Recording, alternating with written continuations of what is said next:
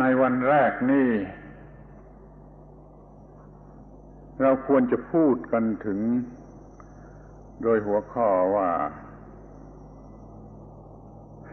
ธรรมะทำไมกันแต่การที่จะรู้ว่าทำไมกันนั่นมันก็ต้องรู้ว่าธรรมะนั่นคืออะไรบ้างตามสมควรแล้วจึงจะพูดให้เห็นว่าทำไมจึงต้องมีการศึกษาและปฏิบัติธรรมะ On this first day, we need to ask the question, why Dhamma? Why Dhamma? But before we can answer this, we need to know what Dhamma is. Then we can move on to considering why we need to study and practice Dhamma.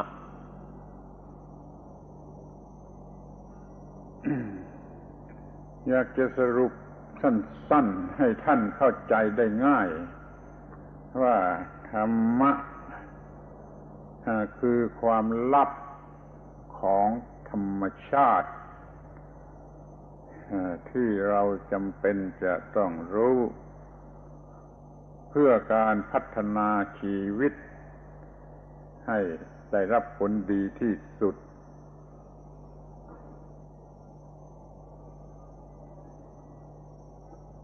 I'd like to give you a quick summary of the meaning of Dhamma.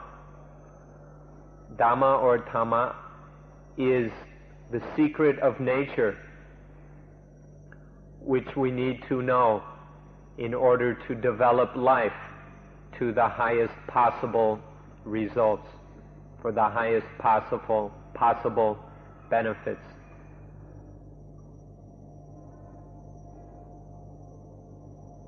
การพัฒนาชีวิต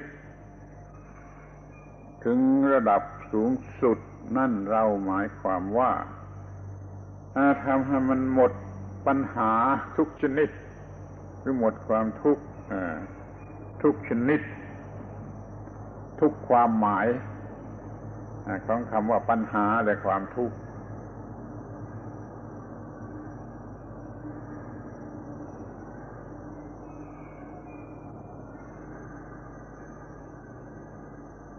When we talk about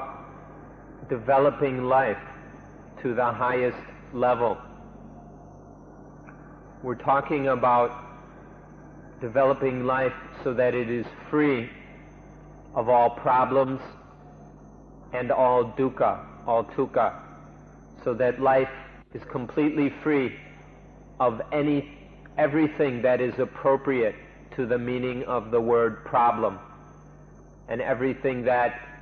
is appropriate to the meaning of the word dukkha. This is what we mean by developing life. เราควรจะพูดกันถึงคำว่าความลับสักหน่อยเพราะว่ามันเกี่ยวข้องกันอย่างจำเป็นถ้าเราไม่รู้ความลับของสิ่งนั้นเราก็ปฏิบัติสิ่งนั้นให้ลุล่วงไปไม่ได้เช่นความก้าวหน้าเรื่องปรมาณูเรื่องอวกาศเรื่องอะไรต่างๆนั้นสำเร็จได้เพราะเรารู้ความลับของมันนี่ก็เช่นเดียวกันถ้าเรารู้ความลับของชีวิตเราก็จะสามารถพัฒนาชีวิตได้ถึงที่สุดที่มันควรจะพัฒนา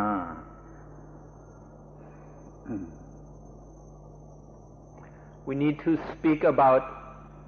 secrets a little bit, or about the secret. When we understand the secret of something, then we are able to practice it or carry out that thing successfully for the highest results and the most benefit. For example, the explorations of outer space, or the things that have been done with atoms, atomic power, and nuclear things. these have only been successful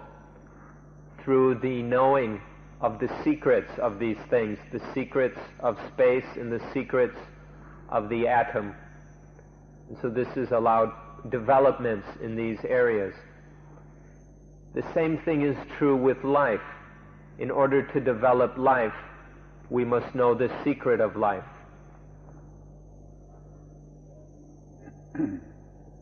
ทีนี้สิ่งที่เราจะต้องรู้ความลับของมันก็คือชีวิตนั่นเอง ในชีวิตในที่นี้ในเรื่องธรรมะนี่มันเป็นเรื่องของธรรมชาติคำว่าธรรมชาติในภาษาบาลีนั้นอาจจะไม่ตรงกับในภาษาอังกฤษนักแต่ก็พอจะเข้าใจกันได้เขาถือว่าไอ้ธรรมชาตินี่คือสิ่งที่มันเป็นไปได้ในตัวมันเองมันมีกฎของมันเองนี่เราเรียกว่าธรรมชาติเราจะต้องรู้ความลับของธรรมชาติที่เกี่ยวกับชีวิตเสียก่อน So we're going to talk about the secret and the specific secret of the secret of life. This is what we need to look into. The secret of life is Dhamma or Dhamma. And we can say that the secret of life is in Thai, Thamachat. Thamachat is usually explained or translated as nature. But the meaning that many Westerners give to the word nature is quite different than the word Thamachat. Thamachat means something which exists within itself, by itself, and of itself. So when we say nature, this is the kind of meaning we're giving to it. So the secret of life is Dhamma, is nature, that which exists in and by itself. เมื่อเราพูดถึงธรรมชาติก็หมายถึงชีวิตซึ่งมีความหมายถึง4ความหมายคือตัวธรรมชาติแล้วก็ตัวกฎของธรรมชาติตัวหน้าที่ตามกฎของธรรมชาติแล้วผลที่เกิดจากหน้าที่นั่นเป็น4ความหมายด้วยกันอย่างนี้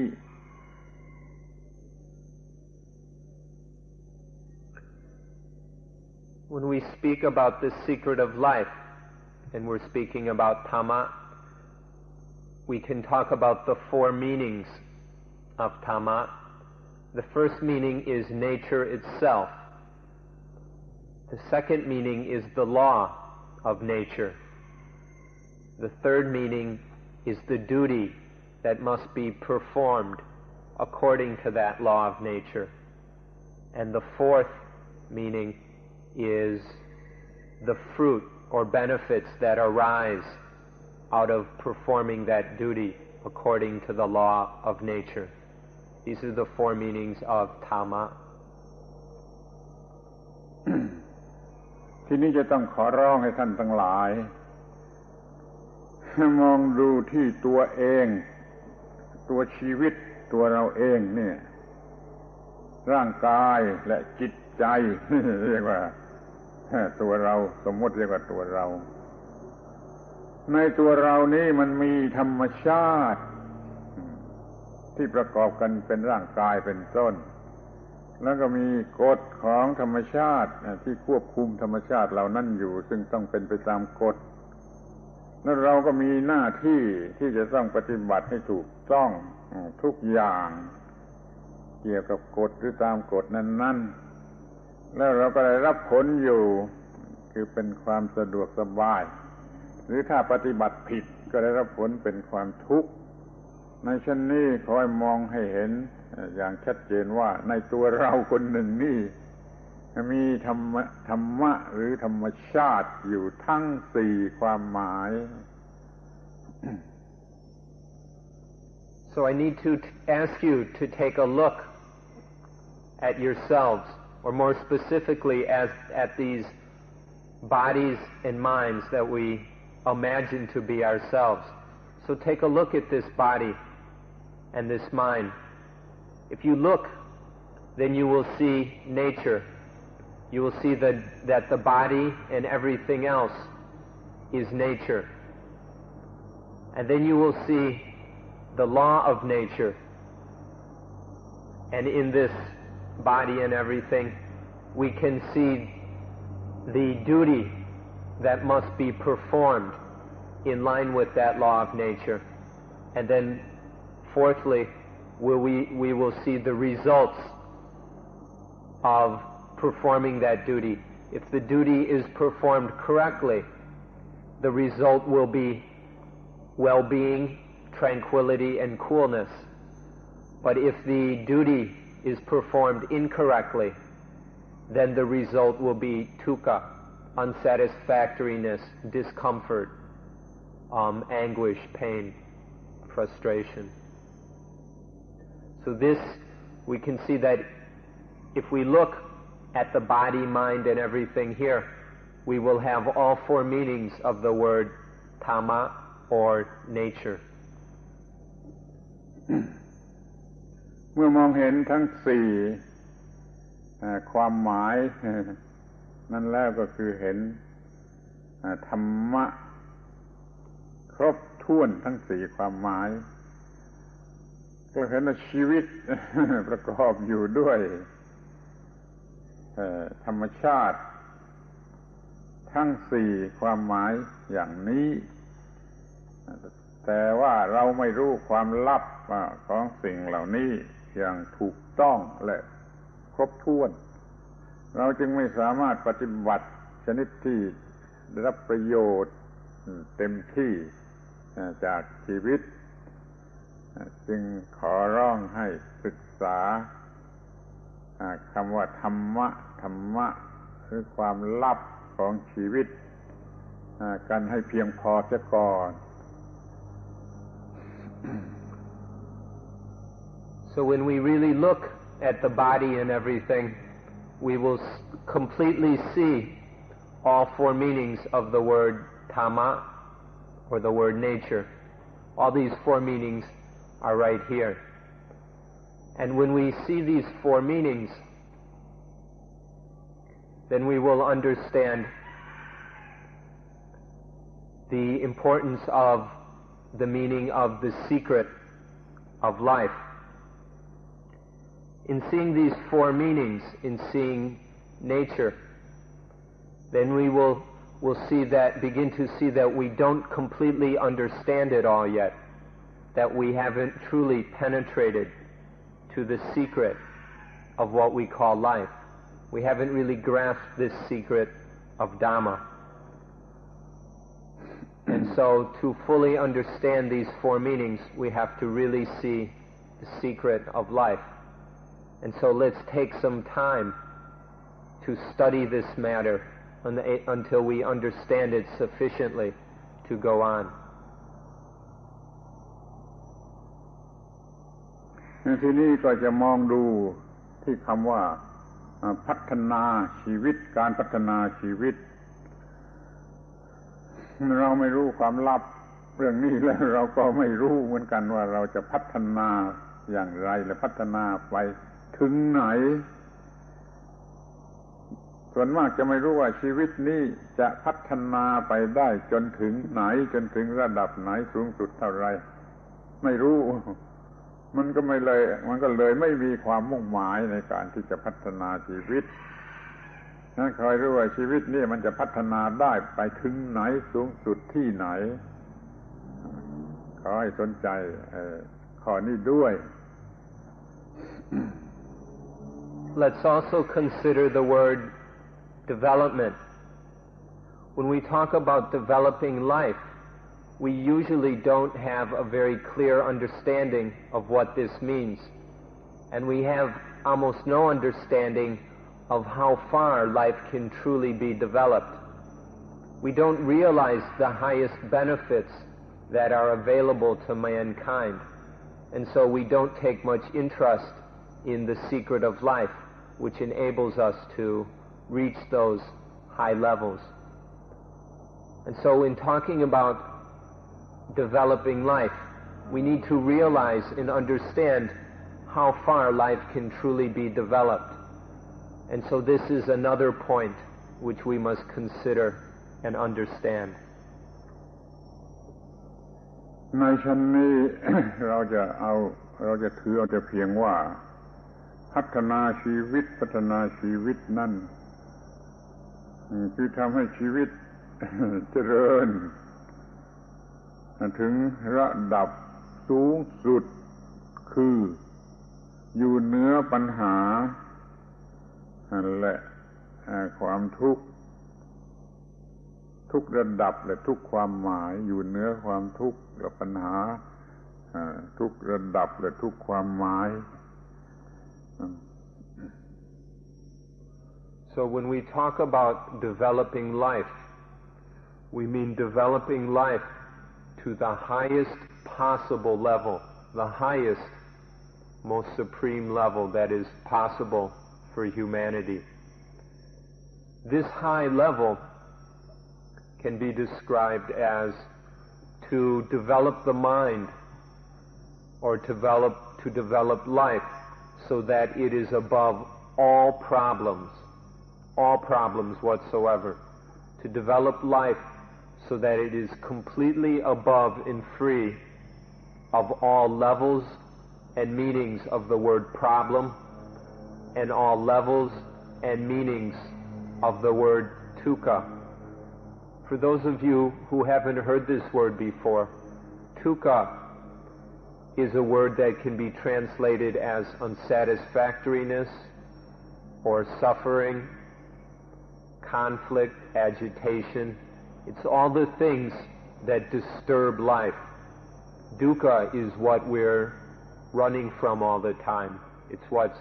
interfering with a life of calm and ease. When life is developed above all dukkha, then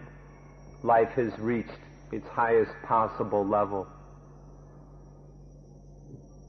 เดี๋ยวนี้บางคนอาจจะไม่รู้จักแม้แต่ปัญหาของตัวหรือความทุกข์ของตัวหรือไม่รู้จักความทุกข์นั่นเองเนี่ยขอให้คิดดูดีๆว่าเรากำลังเป็นอย่างนั้นหรือไม่คือเราอาจจะเห็นว่าไอ้สิ่งที่เป็นปัญหาหรือความทุกข์นั่นเราเห็นเป็นเรื่องธรรมดาไม่มีปัญหาอะไรไปเสียก็ได้ถ้าอย่างนี้เราก็ไม่รู้ว่าจะทำอะไรกันจะปฏิบัติธรรมะเพื่ออะไรกันขอให้ดูให้เห็นชัดเจนในสิ่งที่เรียกว่าปัญหาและความทุกข์นั่นเสียก่อน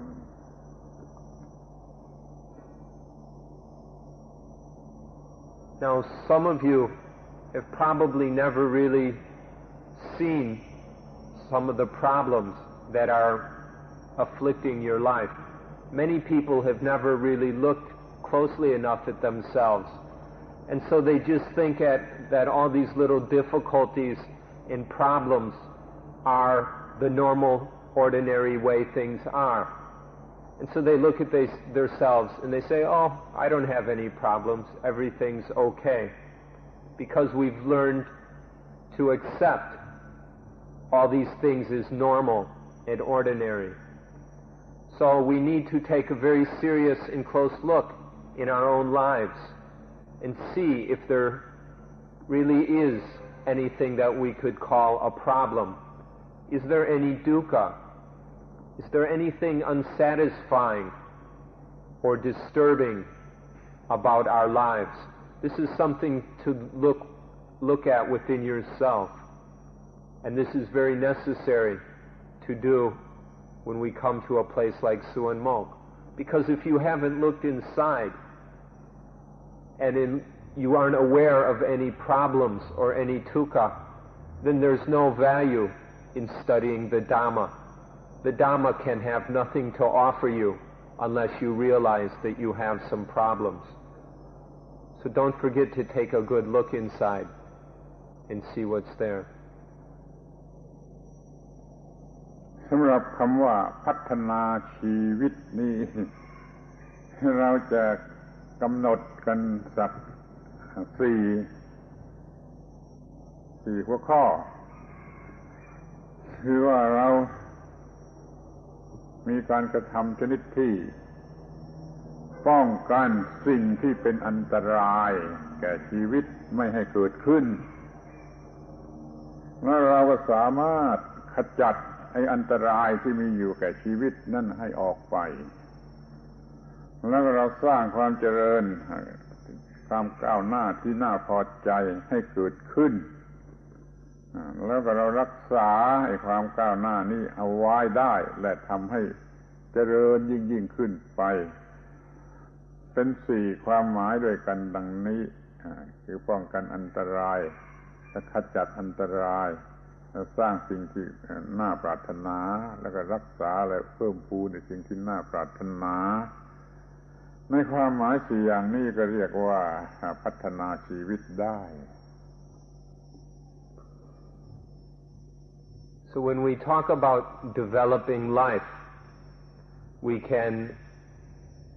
explain this in four areas or under four topics. We can say that there are four aspects of developing life. The first aspect is to prevent dangerous things from arising, to prevent dangerous things from doing anything nasty to life. The second meaning is to clear away, to get rid of and destroy any of the dangerous things that have arisen in life. The third meaning is to give rise to produce and to have progress in things which are useful and beneficial for life. And then the fourth is to maintain and protect and preserve things that have already occurred and that are useful and beneficial. So these are the four aspects of developing life. Getting rid of or preventing the arising of dangerous things, getting rid of dangerous things which have already happened, causing useful things to arise, and maintaining the useful and beneficial things that have already arisen.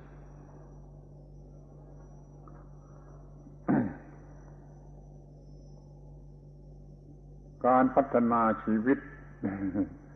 เป็นหน้าที่ของเราโดยตรงเห็นชัดแจ้งแล้วว่าเป็นหน้าที่เราก็จำเป็นที่จะต้องทำให้เป็นการพัฒนาขึ้นมาได้จริงๆเอาท่านี้ดีกว่า The development of life is our duty.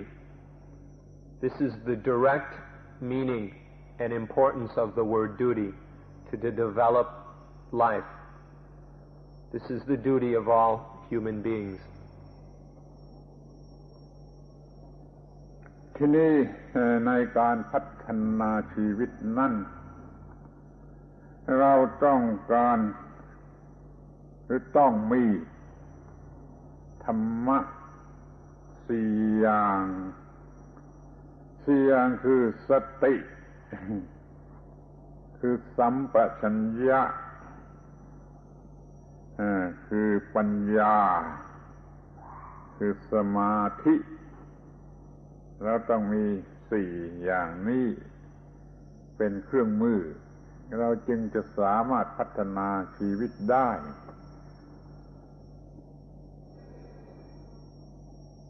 In order to develop life, we must have in our possession four very important tools. We can call these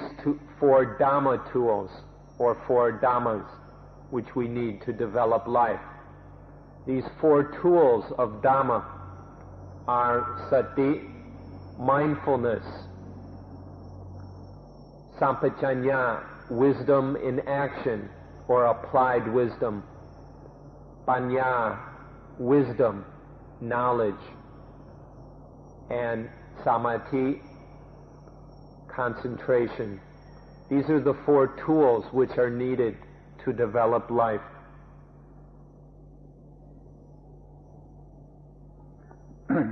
การฝึกวิปัสสนาหรือพัฒนาจิตนั่นก็เพื่อทำให้เกิดธรรมะ4อย่างนี้ขึ้นมาอย่างเพียงพอสำหรับจะพัฒนาชีวิตจึงต้องสนใจที่จะศึกษาการพัฒนาจิตให้มีธรรมะที่จำเป็น4อย่างดังที่กล่าวแล้ว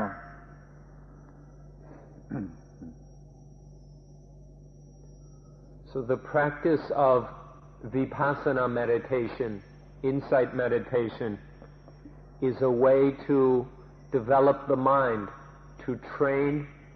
the mind so that these 4 Dhamma tools are developed and increased. So this is why we need to be interested in meditation, in vipassana practice, in order to have these tools that are necessary for the development of life. ในการพัฒนาจิต ปฏิบัติวิปัสสนานั้นมีมากอย่างมีหลายระบบหลายแบบแต่แบบที่เห็นว่าดีที่สุดเท่าที่พบแล้วนะก็คือแบบที่เรียกว่าอานาปานสติภาวนาอานาปานสติภาวนาซึ่งเราจะได้ศึกษากันโดยละเอียดต่อไป As far as this thing called mental development or vipassana meditation, there are many, many different kinds of this available, many different techniques for developing the mind. But of all the techniques which we have come across, of all the different practices that we have seen of and heard of, the one that is most useful and most powerful is called Anapanasati Bhavana, or mindfulness of breathing meditation, the practice of mental development based in mindfulness of breathing. And so this is the practice that we will be talking about in detail from here on, in detail from here on. คำว่าอานาปานสติภาวนาในความหมายที่ถูกต้องและสมบูรณ์นั้นคือการนำเอาความจริงความถูกต้องความจริงของธรรมชาติข้อใดข้อหนึ่งมากระทำไว้ในใจให้ควรศึกษาพิจารณา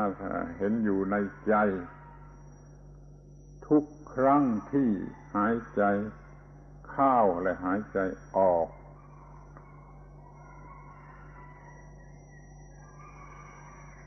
The correct meaning of Anapanasati Bhavana is that we study reality or we study nature, and we do this by taking one aspect or object of nature, of reality, and we study that object every time we breathe in and every time we breathe out. So this is the meaning of mindfulness of breathing meditation, to take some object of nature and study it while we are breathing in and breathing out, and while being mindful of breathing in and breathing out. This is the correct meaning of mindfulness of breathing. เป็นความจำเป็น หรือจะว่ามีประโยชน์มากในการที่ถ้าเราจะรู้ความจริงของอะไร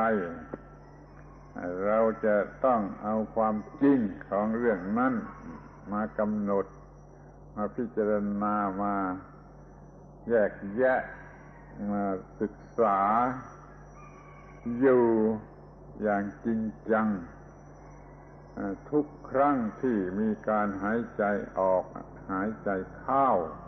นี่ขอย้ำตรงนี้อีกทีหนึ่งว่าต้องเอาสิ่งนั้นมากระทำไว้ในใจอยู่ตลอดเวลาก็หมายความว่าทุกครั้งที่มีการหายใจออกและหายใจเข้าหายใจออกก็รู้เรื่องนั้นหายใจเข้าก็รู้เรื่องนั้นหายใจออกก็รู้เรื่องนั้นหายใจเข้าก็รู้เรื่องนั้นนี่เป็นความจำเป็นและเป็นสิ่งที่มีประโยชน์มากเพื่อจะให้เกิดความรู้ที่เราต้องการจะรู้อย่างเพียงพอและเกิดการเปลี่ยนแปลง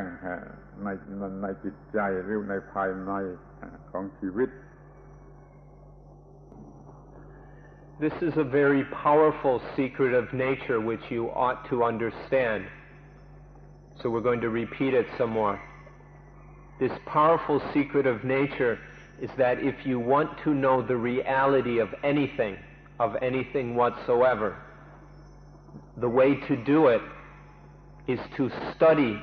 that thing, to study the reality of that thing within the mind. To whatever it is you want to understand and know, you take the reality of that thing within the mind and study it there every time while breathing in and breathing out.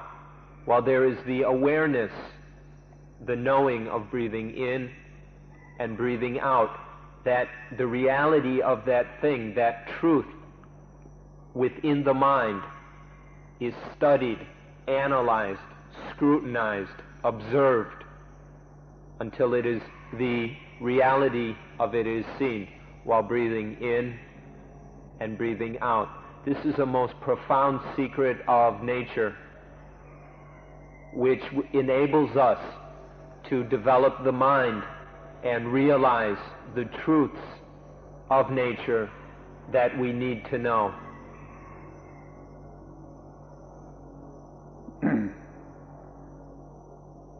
ที่จริงคำว่าอานาปานสตินี่มีความหมายกว้าง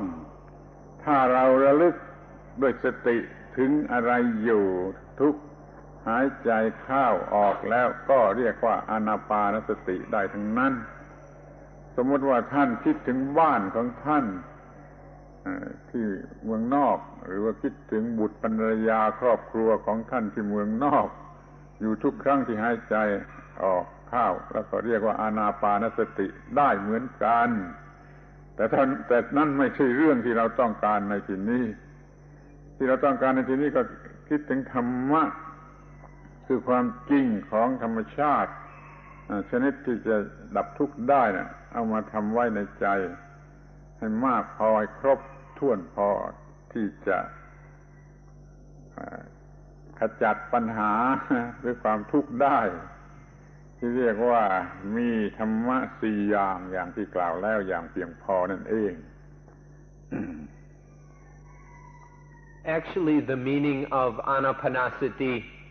can be quite broad and general. In its most general sense, Anapanasati means to think about or to reflect upon anything while breathing in and breathing out. This means that you could be thinking about your home in some foreign country while breathing in and breathing out. That would be a form of Anapanasati, mindfulness of breathing. Or you could think of your mother, or your wife or husband, or your children, or your family, while you are breathing in and breathing out. This is the broadest meaning of mindfulness of breathing.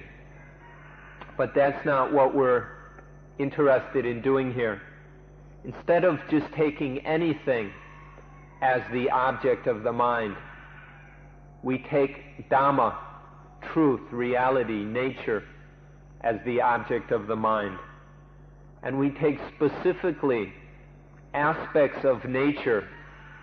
specific truths, which when developed and used will free the mind of suffering, of dukkha. So in the Anapanasati we practice here, we take certain specific Dhammas and study them while breathing in and breathing out. And in so doing, we develop the 4 Dhamma Tools of mindfulness, wisdom and action, wisdom and concentration, which we mentioned earlier. So this is the kind of Anapanasati that is most useful. ทีนี้ก็มีคำถามว่าอะไรเล่า ที่เหมาะสมที่ถูกต้องที่จำเป็นที่ควรจะเอามาทำไว้ในใจทุกครั้งที่หายใจเข้าและหายใจออกนี่คำตอบก็คือว่าเรื่องความลับ ของร่างกายของกายเป็นความลับของสิ่งที่เรียกว่าเวทนา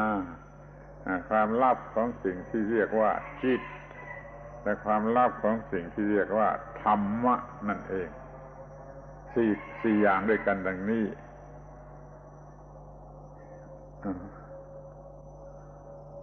So now we have to ask, if you're not already asking, so what are these dhammas, these truths of life that must be studied? What are these truths that must be studied within the mind, that must be brought into the mind and studied there? What are these dhammas that we need to know? The answer to these are the secrets of the body, or the secret of the body that is we need to know in order to extinguish dukkha. The secret of the things we call the feelings, the vedana. The vedana are, what we mean here is that whenever there is sensory experience, such as seeing or hearing, there is a reaction of the mind that is either pleasant satisfaction with the sense experience or unpleasant dissatisfaction or a neutral kind of uncertainty. These are the feelings. And the secret of these feelings is the second secret we need to know. The third secret is the secrets of the mind. And then the fourth secret are the secrets of ultimate reality, of the profound truths of the way things are. So this is what we need to bring into the mind. These are what must take place in the mind and be studied within the mind. ขอให้จำสิ่งทั้งสี่นี้ไว้โดยคำบาลีสั้นๆว่ากายเวทนาจิตธรรมะในฐานะเป็นหัวข้อสำคัญเราจะต้องมีสิ่งเหล่านี้ดีกว่าที่จะมีอะไรมาสำหรับฝึกเพราะว่าสิ่งเหล่านี้มันเป็นสิ่งที่มีอยู่ในตัวเราและสิ่งเหล่านี้มันเป็นตัวให้เกิดปัญหา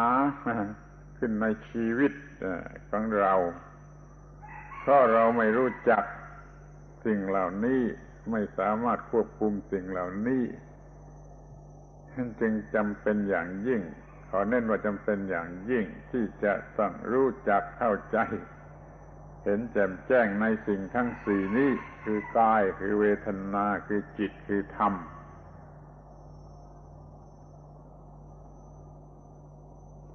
These things are so important to know that I'd like you to memorize these 4 basic things that we need to study. And I'd like you to do so with the Pali word. Then you will have the most clear understanding later, and this will be of great reference to you in your meditation practice. So the first thing is Kaya, Kaya, or body. Kaya, Vedana, or Vedana, Vedana. Then Citta, Citta, the mind, and Dhamma, Dhamma. So Kaya, Vedana, Citta, Dhamma, Dhamma. Please remember these 4 things. These are the 4 important things that we need to study within the mind. These have to arise.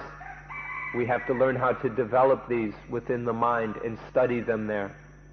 This is because these 4 things are already taking place in life. These are the 4 fundamental aspects of life.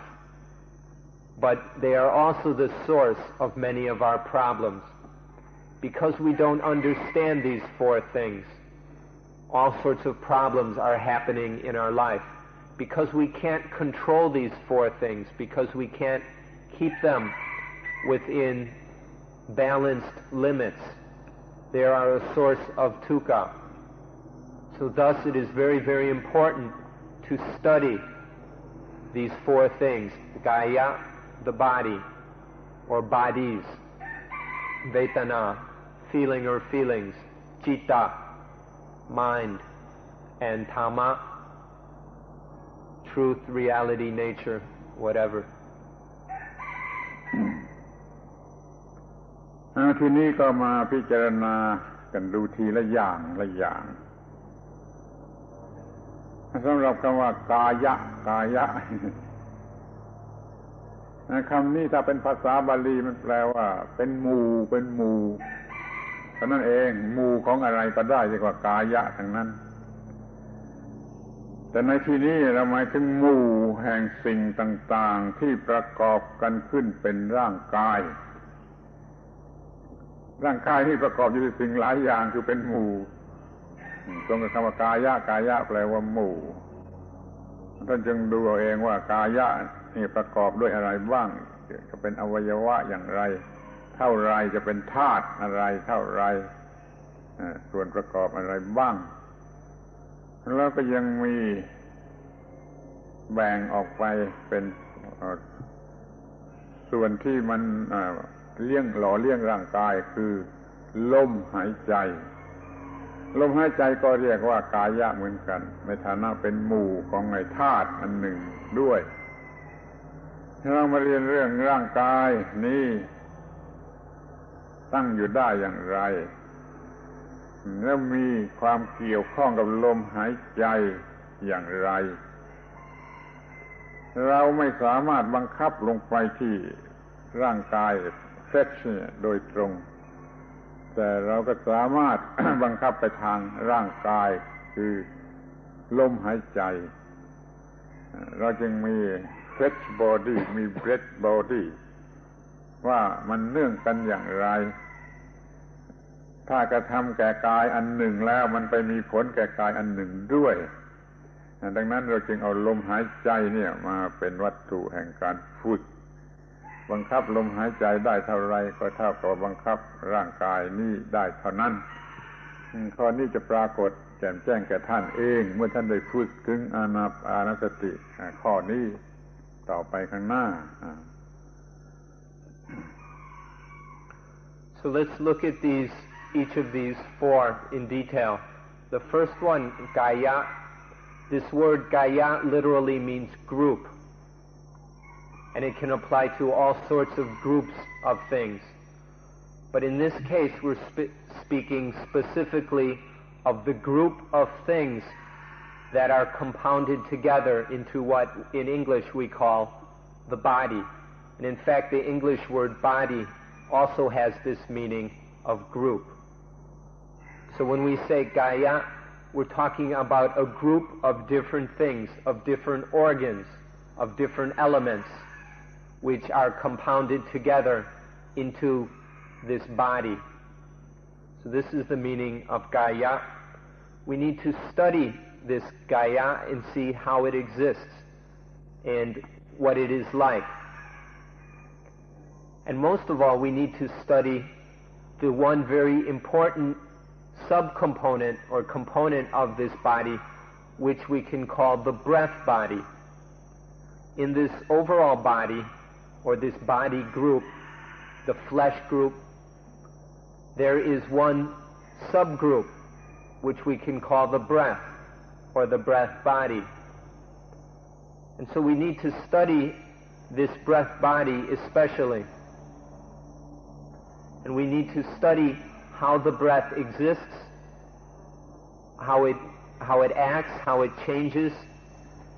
and also what influence it has on the rest of the body. This breath body is very, very important, because we can see that it is the thing which sustains life for the rest of the body. If this flesh body were to lose the breath body, that it would no longer be able to maintain itself. So we can see the breathing as that which sustains the rest of the body. This points out a very, very important relationship that we need to study. Now, this overall body, this flesh body, is something that we cannot directly control. That is not within our abilities. However, there is a way to indirectly control it, to master it, or to gain mastery over it. And this is by using the breath body. By using the breath body properly, we can control the overall flesh body. So this is something that we need to study and learn about. And this is what we're talking about when we talk about the secrets of Kaya, or the body. ดังนั้น การปฏิบัติขั้นแรกที่เกี่ยวกับกายนี่เราจึงศึกษาเรื่องลมหายใจกันอย่างพิเศษอย่างแจ่มแจ้งกำหนดลมหายใจทุกชนิดจนรู้จักว่ามันเป็นอย่างไรลมหายใจมียาวบ้างมีสั้นบ้างมีหยาบบ้างมีละเอียดบ้างมีเป็นอย่างๆเราจะต้องศึกษาจนรู้จักมันดีทุกๆชนิดว่าแต่ละชนิดนั้นมันมีธรรมชาติอย่างไรมีลักษณะอย่างไรมีอาการอย่างไรมีอิทธิพลอย่างไรแก่ร่างกายลมหายใจชนิดไหนมีอิทธิพลแก่ร่างกายอย่างไรจนเรารู้สึกเห็นได้ชัดว่ามันเป็นสิ่งที่เนื่องกันแล้วไอ้ลมหายใจนั่นแหละเป็นผู้คอยปรุงแต่งเป็น conditioner ของร่างกายแต่ว่าขั้นที่หนึ่งเราศึกษามากเป็นพิเศษเรื่องลมหายใจรู้ลักษณะของมันทุกอย่างแล้วยังรู้จักว่ามันเนื่องกันกับร่างกายเนื้อนี่อย่างไรอีกด้วยเพื่อว่าเราจะสามารถบังคับกายเนื้อทางการบังคับลมหายใจ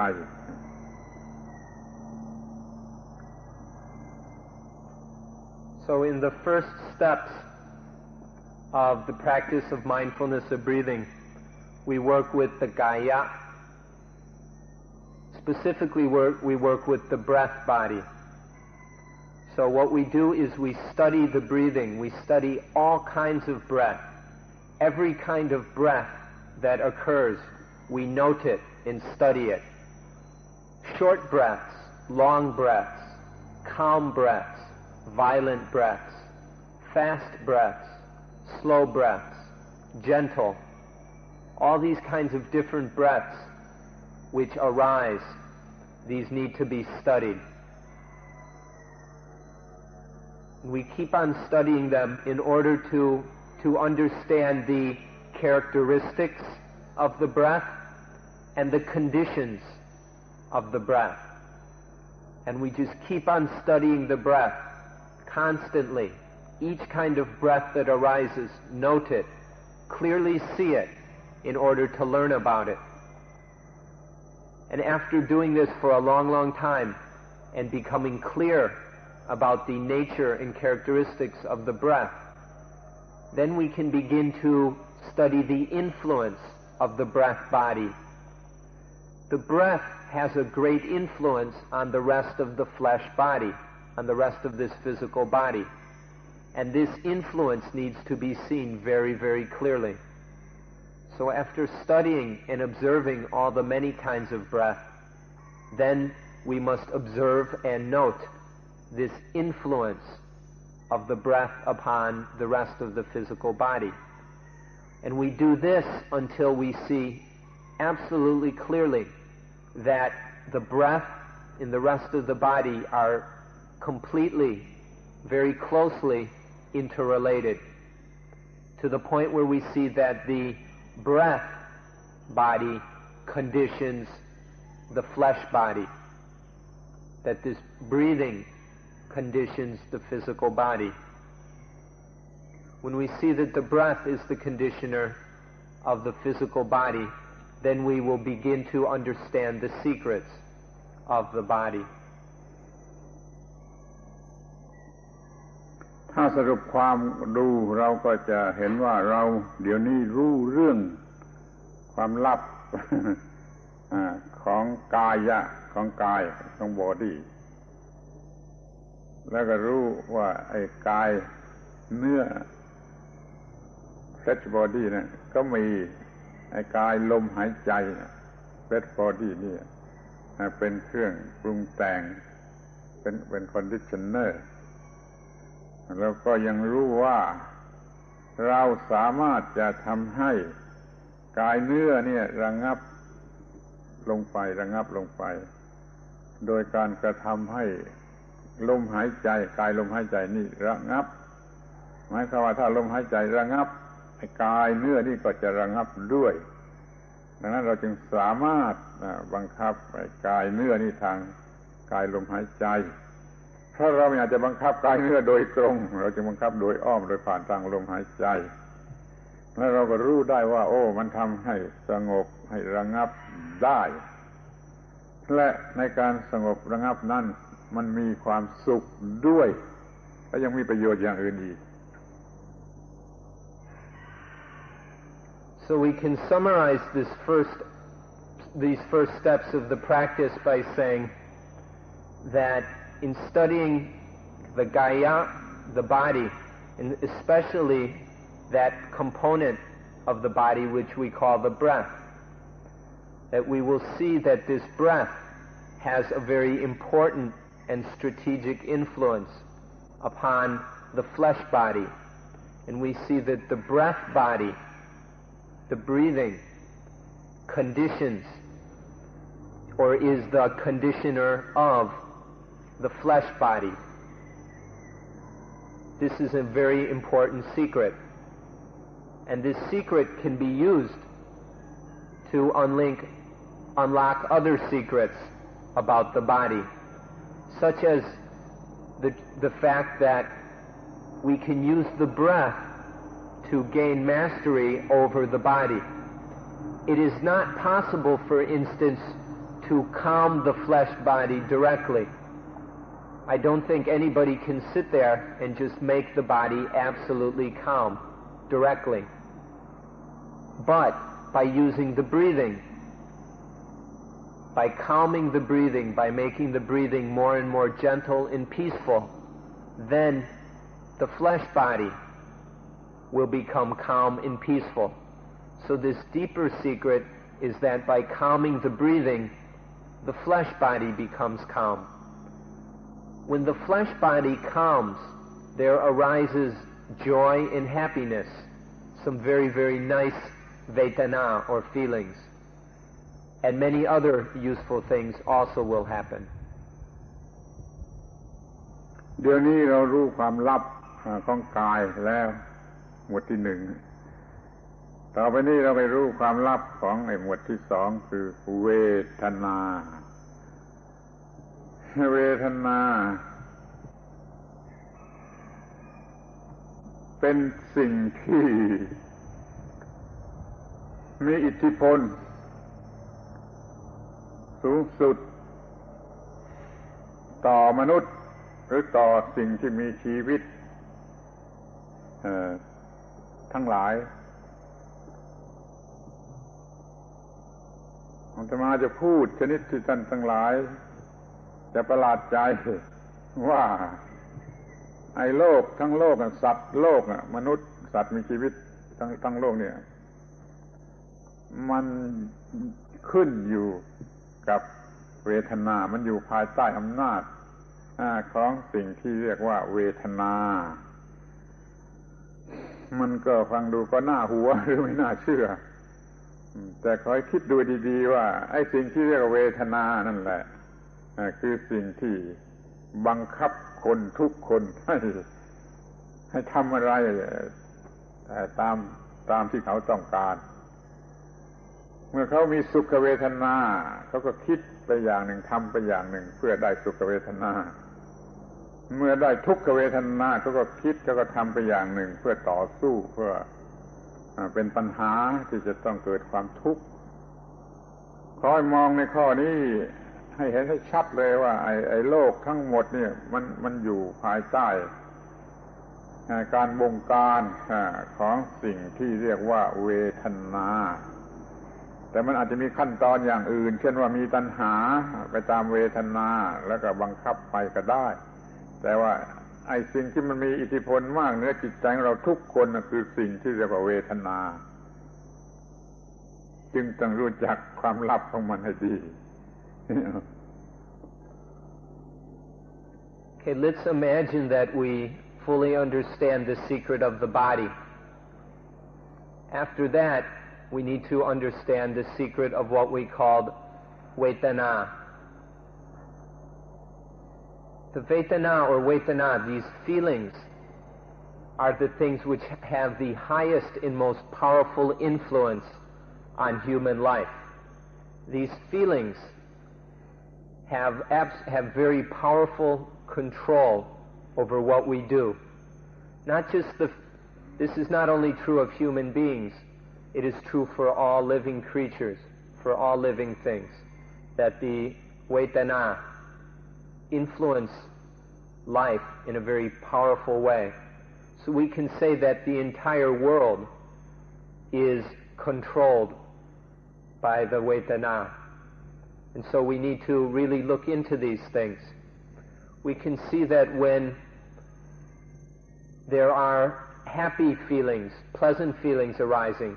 that the mind is enslaved to these things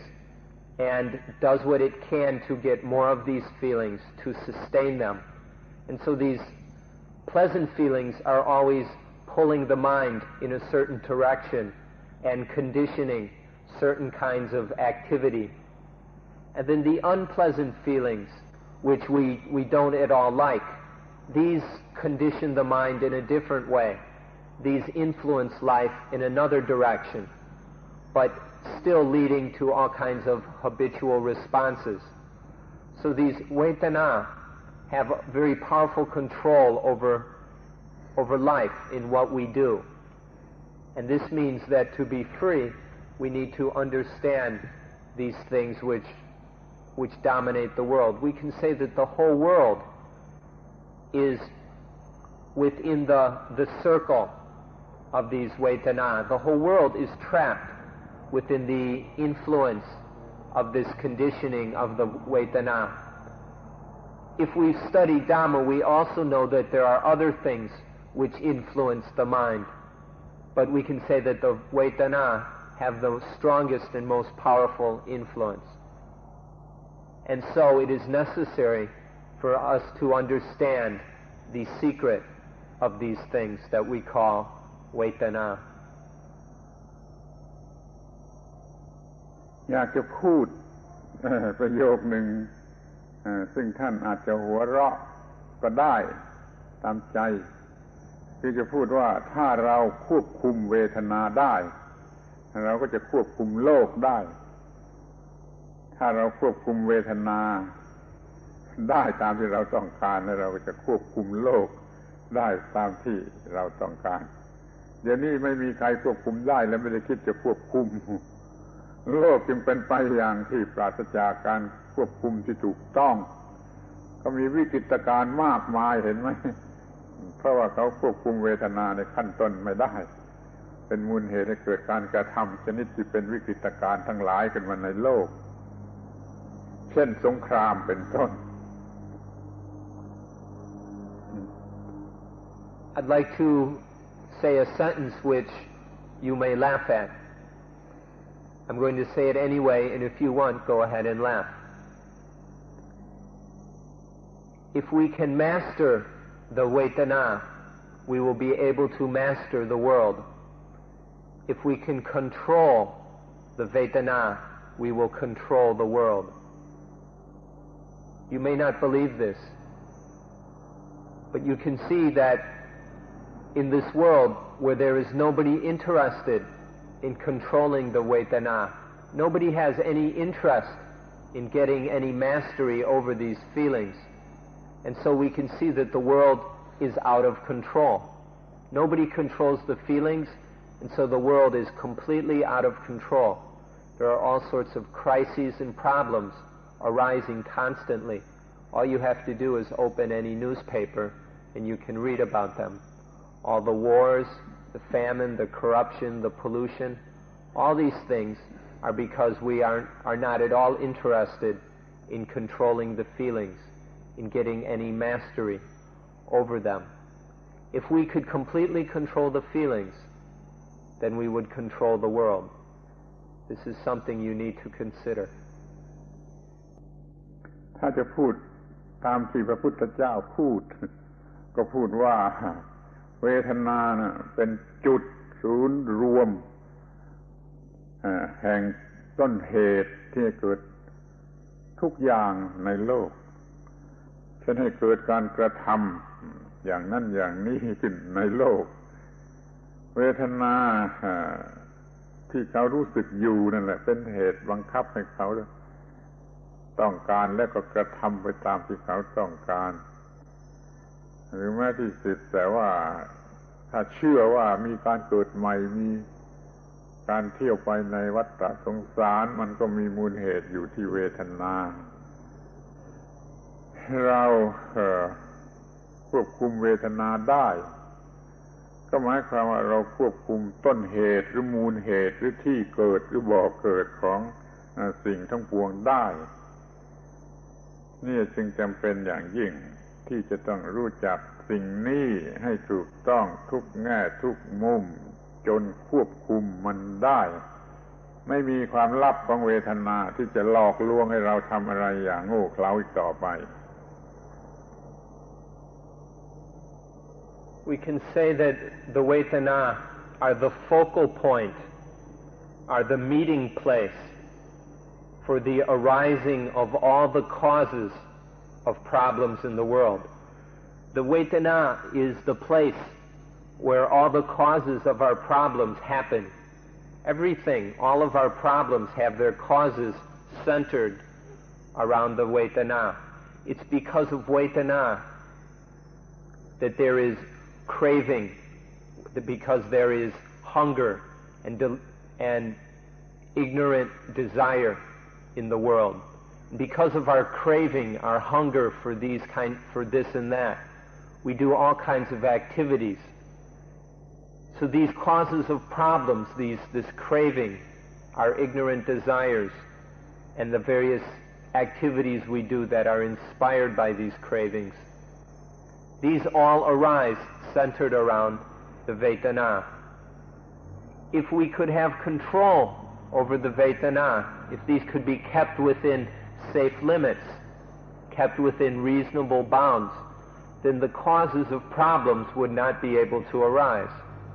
And so life and the world would be free of these problems. So if we can understand the secret of the Vedana, then we will be able to control them. And by knowing the secret of the Vedana, of these feelings, then we will know the secret of controlling the world. Now, for those of you who believe in things like reincarnation and rebirth or transmigration of spirits or souls or whatever, if you want to bring this transmigration or whatever it is you believe in under control, the way to do that is to bring the feelings under control, because it is the feelings that lead to rebirth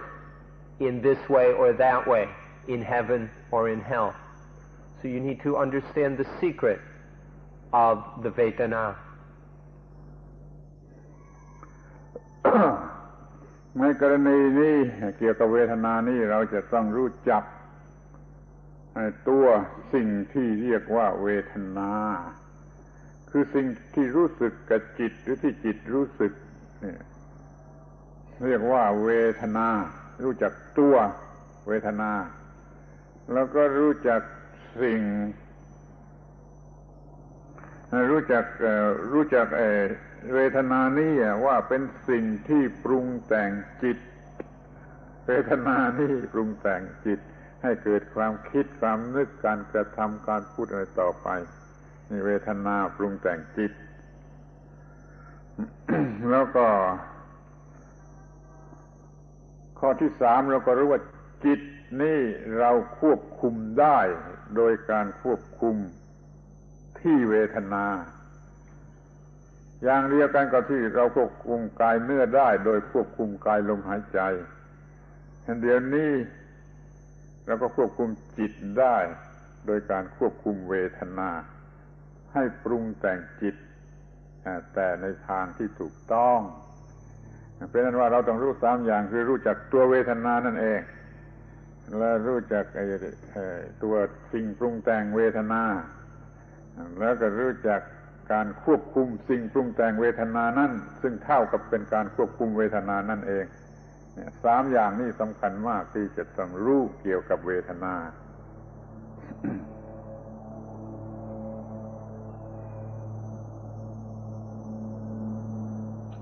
To know the secret of the Vedana, we need to understand a few things about it. First, we need to study and understand the Vedana themselves. We need to see them as they arise in the mind. These feelings as they happen within the mind, that these things that the mind feels, these need to be known. This is the first. The second is that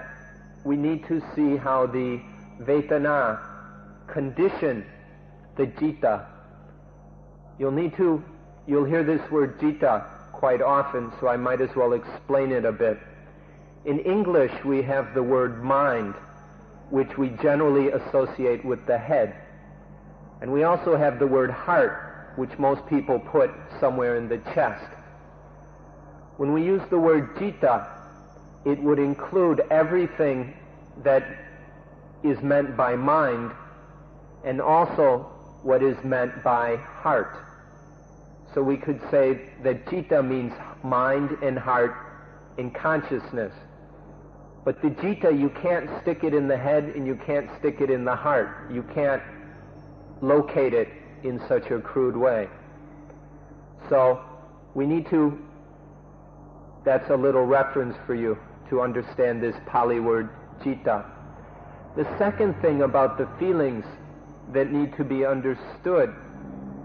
is how the feelings influence the Citta. Before we talked about how the breath influences the physical body. There is a parallel relationship between the Vedana and the Citta, the feelings and the mind-heart. So the second thing to know about the Vedana is how they influence the mind, or how they condition the mind. This is the second thing. And the third to know is that by controlling the Vedana, the mind can be controlled. This is also parallel with what happened with the breath in the body. So there are these three things that make up the secret of the Vedana. Seeing the Vedana themselves, seeing their influence, their conditioning power upon the citta, and then seeing the secret that by controlling the Vedana, the citta, the mind-heart can be controlled. เพื่อความเข้าใจง่ายแล้วก็เปรียบเทียบความเหมือนกันของข้อที่หนึ่งกับข้อที่สองข้อที่หนึ่งกายเรารู้ว่ามีอะไรปรุงแต่งกายแล้วเราควบคุมสิ่งนั้นกายก็สงบระงับคือเรารู้เรื่องมีร่างกายกายเนื้อเนี่ยแล้วก็มีกายลมหายใจเป็นเครื่องปรุงแต่งแล้วก็ควบคุมลมหายใจนี้แล้วก็สามารถทำกายเนื้อให้ระงับนี่เรื่องกายที่เรื่องจิต เราก็มีเวทนาเป็นเครื่องปรุงแต่งจิตเราก็ควบคุมเวทนาไม่ให้ปรุงแต่งจิตหรือให้ปรุงแต่งจิตแต่ในทางที่เราปรารถนาเราก็สามารถทำจิตให้สงบได้ดังนี้ข้อปฏิบัติแห่งหมวดที่แห่งขั้นที่หนึ่งขั้นที่สองนั่นมีหลักเกณฑ์เหมือนกันเลยเรื่องกายกับเรื่องเวทนานี่มีหลักเกณฑ์เหมือนกันเลย The first steps of the practice, or the first step of the practice related to the body, and the second step related to the Vedana follow the same principle. So it's helpful to compare the two. In the first step regarding the body, we find out what it is that conditions the body, and then we study that thing. We study that conditioner of the body until we know it in great detail, and then we study how that thing conditions the body. And then by controlling that thing which conditions the body, we can control the body. This means that we control that thing in a way that the body becomes more calm and peaceful. So in the first step, we learn how to get control over the body, how to master the body by gaining mastery over the breath, the thing that conditions the body. In the second, where we're dealing with the feelings, the Vedana, we need to, at this point, start to get control over the mind, the citta. And so we see what it is that conditions the citta. And the thing that conditions the citta is the Vedana. And so we study the various kinds of Vedana until they are seen in great deal and fully understood. Then we see how it is that the Vedana condition the mind. We study this relationship, this conditioned relationship. And then lastly, we see by mastering the Vedana, by controlling them, the mind will develop in ways that we want. We can cause the mind to be in certain states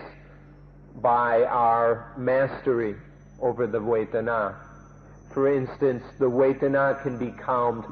in such a way that the mind will become very calm and peaceful, very tranquil. So this is how the first step regarding the body and the second step regarding the Vedana are parallel, and shows how they follow the same basic principle of development.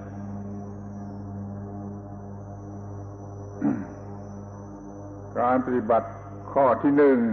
เรารู้ความลับของกาย การปฏิบัติขั้นที่สองเรารู้ความลับของเวทนาที่มาถึงการปฏิบัติขั้นที่สามเราจะรู้ความลับของสิ่งที่เรียกว่าจิตตะในภาษาบาลีว่าจิตตะภาษาไทยว่าจิตเฉยๆจิตนั่นแหละเป็นตัวการเป็นผู้นำชีวิตเป็นผู้นำสิ่งที่เรียกว่าชีวิตเราจะต้องรู้จักจิตให้ถูกต้องจนสามารถควบคุมจิตได้และจะได้นำชีวิตไปให้ถูกต้องได้เราจึงจำเป็นที่จะต้องศึกษากันเป็นพิเศษเพราะว่าสิ่งที่เรียกว่าจิตนั่นมันเป็นสิ่งที่ละเอียดสุขุมลึกซึ้งไม่เห็นตัวจึงต้องมีการศึกษาเป็นพิเศษเกี่ยวกับสิ่งที่เรียกว่าจิต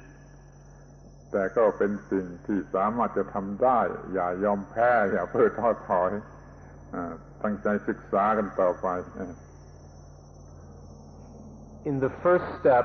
we study the secret of the body. In step 2, we study the secret of the feelings. And now in step 3, we study the secret of citta. Let me point out that we don't go on to this step 3 until we have fully mastered steps 1 and 2. We don't go hopping around. But when we have mastered steps 1 and 2, then it is time to look into the secret of the citta. The citta is what leads life. The mind is the leader, and the body is just the tool which is led around by the mind. So if mind is what leads life, it is the director and leader of life, then this mind, the citta, must be brought under control. It must be mastered as well. The citta, or in Thai, jit in Thai, citta in Pali, is a very subtle, very fine and detailed thing. And so it is very, very difficult to study. And for this reason, very few people bother to study it and are completely ignorant of the way it works. But this doesn't mean that it is impossible to study the citta. All of us are capable of studying the citta and able to learn its secret. So don't be frustrated or depressed or give up on the necessary practice of studying the citta, because the citta has such a primary role in life that we absolutely need to understand the secret of the citta. เราไม่อาจจะรู้จักจิตโดยตรงได้เราไม่อาจจะสัมผัสสิ่งที่เรียกว่าจิตโดยตรงได้แต่เราอาจจะรู้จักจิตได้โดยทางความคิดรสของจิตถ้าเรารู้จักว่ารสเป็นอย่างไรก็รู้จักว่าจิตมันกำลังเป็นอย่างไรในทางวัตถุเช่นเดียวกับที่ว่าในเราไม่อาจจะรู้จักไอ้ตัวสิ่งที่เรียกว่าไฟฟ้า electricity เราไม่อาจจะรู้จักตัวมันแต่เราอาจจะรู้จักอาการที่มันแสดงออกมามันก็เป็นเหตุให้เรารู้ไปถึงไอ้ตัวไฟฟ้าได้มันรู้ได้เพียงเท่านั้นที่รู้จิตอย่างไรตัวจิตอย่างไรจะสัมผัสตัวจิตนั่นเป็นสิ่งที่ทำไม่ได้แต่สัมผัสอาการของมันคือความคิดต่างๆได้นั่นเดี๋ยวนี้เราก็มีความคิดอยู่ทุกวันคิดอย่างนั้นคิดอย่างนี้เราก็อาจจะสังเกตได้ว่ามันจิตมันจะคิดได้กี่อย่างจิตจะคิดได้กี่อย่างกี่ระดับกี่ชั้นก็จะพอเนี่ยขอให้รู้จักสิ่งที่เรียกว่าจิตในลักษณะอย่างนี้กันก่อน Now the thing about the citta is that we can't really know it directly. It's impossible to directly know the citta, but we can know the citta indirectly through the things we call thoughts. So the way we study the citta is by studying the thoughts. The thoughts are the conditions or the symptoms of the mind, of the heart. So when we say thoughts, we would also include things like emotions and other things. The way to point out this important truth is that take the example of electricity. You can't really see electricity itself. So what we know are the symptoms of electricity: current, voltage, and all those other things, power,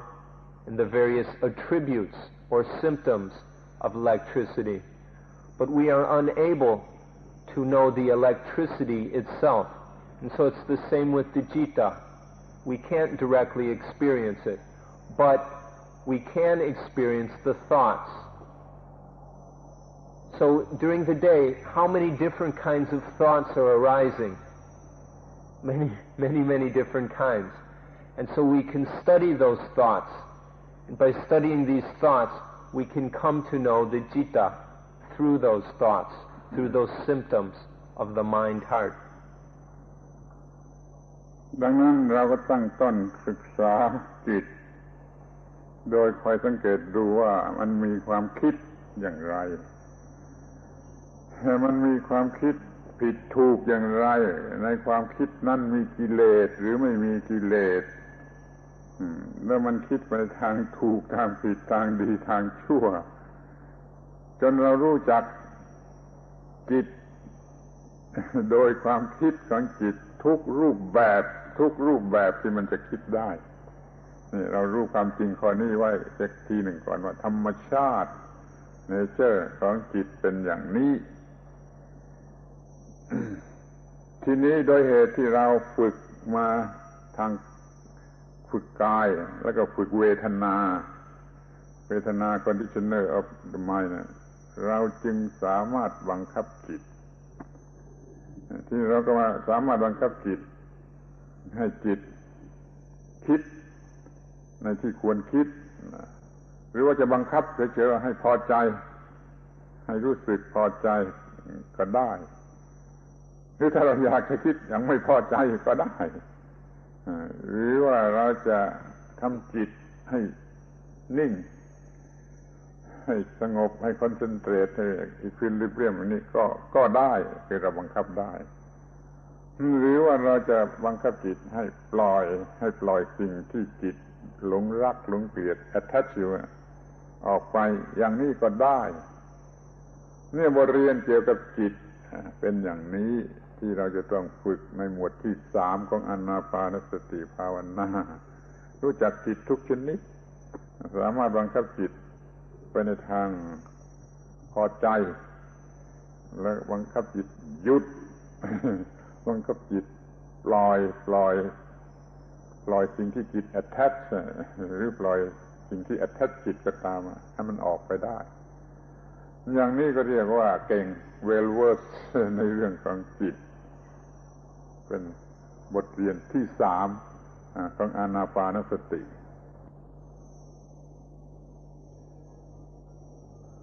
So now, in order to know the secrets of the citta, remember that in step 2, we came to understand, or we got control over the vedana, that which is the conditioner of the citta. And so now in step 3, in getting control over the vedana, we learned how to master or control the mind. And so now there is control over the mind. The mind can be made to think in any kinds of different ways. The mind can think in this way or that way, whichever way it wants. So in order to study this, we can make the mind be satisfied or dissatisfied. The mind can be in a state of liking or disliking.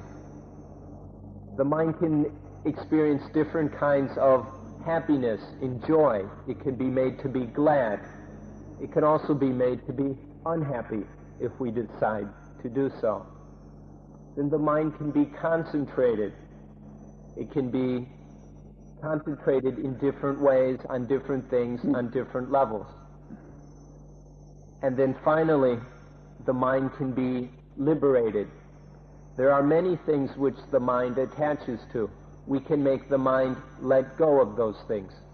And there are things which attach to the mind. And we can liberate the mind from those things. So in studying the secret of the mind, this ability to control the mind is used to study the citta in these different ways. ทีนี้เราก็มาถึงขั้นที่สี่หรือหมวดที่สี่เกี่ยวกับธรรมะก็อย่างที่กล่าวมาแล้วธรรมะคือธรรมชาติในทุกความหมายเดี๋ยวนี้เราเอาตัวความจริงของสิ่งเหล่านั้น truth ultimate truth ของสิ่งเหล่านั้นเพื่อมาศึกษาเรียกว่าศึกษาธรรมะเป็น truth หรือเป็น fact ที่เป็นความลับอย่างยิ่งของธรรมชาติเพื่อเราจะรู้และเราจะสามารถดำเนินชีวิตที่ดีที่สุดนั่นเราจงรู้ว่าเราตั้งใจจะศึกษาความลับของชุดที่ควบคุมชีวิตเป็นเรื่องอนิจจังทุกขังอนัตตาสุญญตาตัทตาเป็นต้นรู้เรื่องไม่เที่ยงรู้เรื่องเป็นไปทุกข์รู้เรื่องไม่ใช่ตน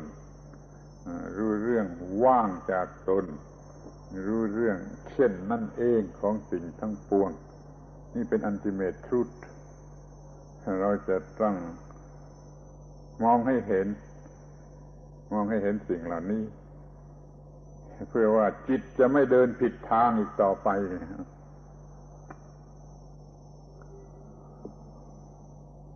So after learning the secrets of the body, the feelings, and the mind, when these first three parts of the practice have been fulfilled, then we come to part 4, or step 4, which is to learn the secret of truth, to learn the most supreme secret of life or of nature, which is the ultimate truth of all reality. And so what the secrets that we have already learned, we take these secrets up and use them to study the supreme secret of all nature and all life. And so by looking at these various things, we uncover the various facts of life. We study these things until we see these ultimate truths, such as the ultimate truth, the truths of anicca, dukkha, anatta, sunyata, and tathata. Anicca, or impermanence, the truth that all conditioned things are in a state of impermanence and flux. Dukkha, the fact that all conditioned things can be the cause of dukkha. All these impermanent things are unsatisfactory. The truth of anatta, that all things whatsoever are not self, are not soul. That in none of these things is there a soul or a self. Sunyata, that everything is void. Everything is void. And here we mean void of an I, of a me, of mine, of self. This is voidness. And then lastly, the highest, most profound truth, tathata, suchness. Everything is just this, just thus, only thus. So in the fourth part of the practice, the ultimate truths of everything are studied. And in this way, when the mind understands these truths of all reality, then the mind will not make any more errors. It will keep itself on the path of correctness, so that no mistakes are made and that no more dukkha is caused. So this is the secret of the fourth part of the practice. This is the final secret. มันอาจจะเป็นการหน้าหัวหน้าขบขันสำหรับท่านทั้งหลายก็ได้ว่าไอ้สัจจะหรือtruthทั้งหลายเป็นลำดับมาเป็นอนิจจังทุกขังอนัตตาสุญญตาแล้วก็มันมาจบลงที่สูงสุดว่าตถาตาซึ่งแปลว่าเช่นนั่นเองในภาษาไทยเช่นนั่นเองซึ่งคงจะแปลเป็นภาษาอังกฤษยากสักหน่อยเช่นนั่นเอง as such only this only such only เนี่ยหน้าหัวเราะ ความจริงมาจบลงที่คำสามัญธรรมดาที่สุดว่าทุกอย่างเช่นนั่นเองไม่ได้กาดมันว่าดีว่าชั่วว่าผิดว่าถูกว่าได้ว่าเสียว่าแพ้ว่าชนะว่าบุญว่าบาปว่าสุขว่าทุกข์ไม่มี positive เป็น negative ถ้าเห็นเช่นนั่นเองธรรมะสูงสุดมาสูงสุดอยู่ที่นี่เช่นนั่นเองอยู่เหนือความหมายของ positive และ negative ทุกชนิดเหนือความหมายของ optimism pessimism ทุกชนิดนี่จบ สัจจะที่จะต้องรู้ในขั้นที่สี่คือความลับของธรรมชาติที่บอกว่าทุกอย่างเป็นเช่นนั่นเอง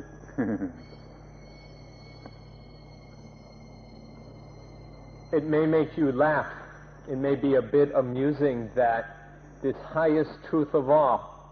that the ultimate truth of everything whatsoever, of the entire universe and everything in the universe, that this highest truth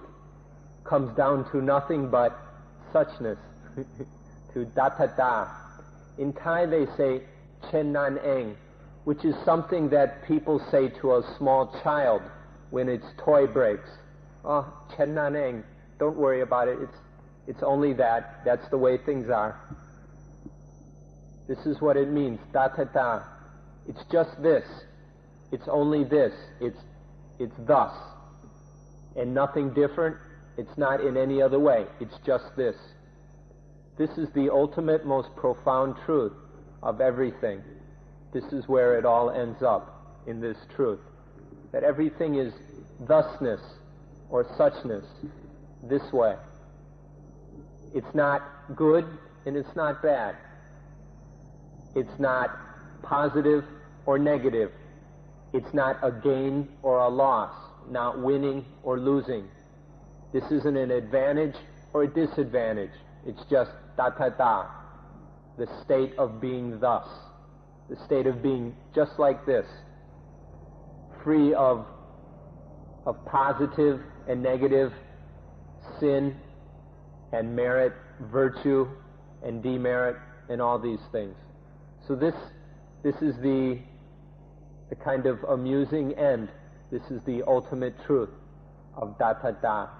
that needs to be seen to fully realize this ultimate secret of all nature. เมื่อเห็นธรรมะเหล่านี้เพียงพอแล้วในขั้นที่ในเห็นขั้นแรกทีนี้ก็จะเห็นว่าจิตเริ่มคลายออกคลายความยึดมั่นถือมั่นคือ attachment จะละลายออกจะรู้สึกจนกระทั่งมาถึงขั้นที่ว่า extinction ของ attachment นี่ขั้นสุดท้ายที่สี่โอ้เดี๋ยวนี้ฟรีไม่มีข้อผูกพันอะไรที่จะต้องเป็นความทุกข์ แต่ว่าหลักธรรมะเขาใช้คำว่า throwing back ก่อนนี้เราเป็นขโมยเรานี่เป็นขโมยไปเอาของธรรมชาติมาเป็นของเราเป็นตัวเราเป็นของเราก็โง่เราก็มีความทุกข์เดี๋ยวนี้เราฉลาดแล้วเราสลัดออกได้แล้วเราก็คืนธรรมชาติคืนให้แก่ธรรมชาติเราไม่เป็นขโมยอีกต่อไปขั้นสุดท้ายจบอย่างน่าหัวเราะอย่างนี้จบอย่างที่ว่าเราไม่เป็นขโมยอีกต่อไป free from attachment of any aspect ขั้นสุดท้ายของการเจริญอานาปานสติจบลงอย่างนี้ เรียกว่าหมวดธรรมะรู้สัจจะของทุกสิ่ง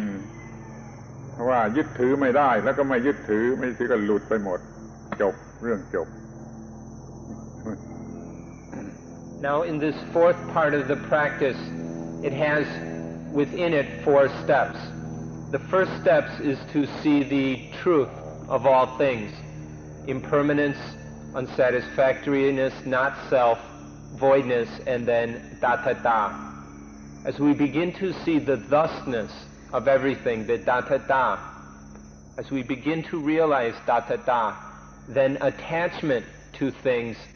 begins to break up. This habitual tendency to attach to things begins to dissolve as we begin to realize tathata. And as attachment begins to break up and fade away, then attachment ends. There is the ending or cessation of attachment. Once attachment has ceased and ended, then the mind is free. So this practice ends in the mind realizing that it's free. However, when the Buddha talked about this, he used the word that we can translate as throwing back. The Buddha said, at the end we throw everything back. The meaning of this is that we are all thieves. We have been thieves for all our life. We've spent our whole lives stealing things from nature. We take this and we claim it to be mine, my body, my mind, my thoughts, my this, my that. We've been stealing things from nature all along. But at this step, the last step of this practice is to realize, oh, it's nature's, it's not mine. And then we start to throw everything back to nature, having realized that it doesn't belong to us. And so this is where the practice ends. First, the mind penetrates to the ultimate truth of tathata. In realizing this truth, then there is the fading away of attachment to things. You can't attach to something when you see that it's only tathata. Then there's nothing to attach to. As attachment fades away and dissolves, then there is the cessation of attachment. And then the throwing away, the throwing back of the object of attachment. And the mind is free. This is the fourth part of the practice, to realize this deepest and most ultimate truth, or secret of nature, the secret of Dhamma. ถ้าเราจะเรียกสิ่งนี้ก็ดูเหมือนจะเรียกตรงกันทุกศาสนาทุกศาสนาก็จะมุ่งหมายความหลุดพ้นหรือ emancipation อย่างนี้แต่ว่าเรามีความหมายอย่างนี้พวกอื่นอาจจะมีความหมายอย่างอื่นสำหรับ emancipation ในพุทธศาสนา emancipation ก็คือ free จาก attachment ทุกอย่างเราก็ได้มีชีวิตอยู่เหนือโลกแม้ว่าตัวเราจะอยู่ในโลกแต่จิตของเราจะอยู่เหนือโลกเราเลยหมดปัญหานี่เรียกว่าเราพัฒนาชีวิตถึงที่สุดแล้วโดยวิธีปฏิบัติ4ประการรายละเอียดยังมีอีกมากเราต้องพูดกันวันหลังวันนี้เรารู้จักเอาไลน์หรือรู้จักแบ็คกราวด์อะไรก็มันให้เพียงพอคงจะง่าย สำหรับจะปฏิบัติทีละขั้นต่อไปในวันหลังขอยุติการบรรยาย All religions end in the same thing. We call this emancipation. So this practice we've been talking about of Anapanasati ends in emancipation. And to this word emancipation, we give it the meaning that I have just described. This ending of attachment and throwing everything back to nature. This is our meaning of emancipation. Other religions may give some other meaning to the word emancipation. That's up to them. But we understand it as we've just described. So the practice of Anapanasati is a systematic process, a natural series of steps that leads to emancipation. Today we've talked about it in a general way. We've given a general outline of what happens in the practice so that you will have an overview of where this practice goes. This practice leads to emancipation, and we've tried to show that to you today. In the following talks, we will supply the details of how to practice mindfulness of breathing in order to emancipate life. So for today, we will end at this point, and later we will continue with the details of the practice. Thank you for coming. ปิดประชุม So now the meeting is closed.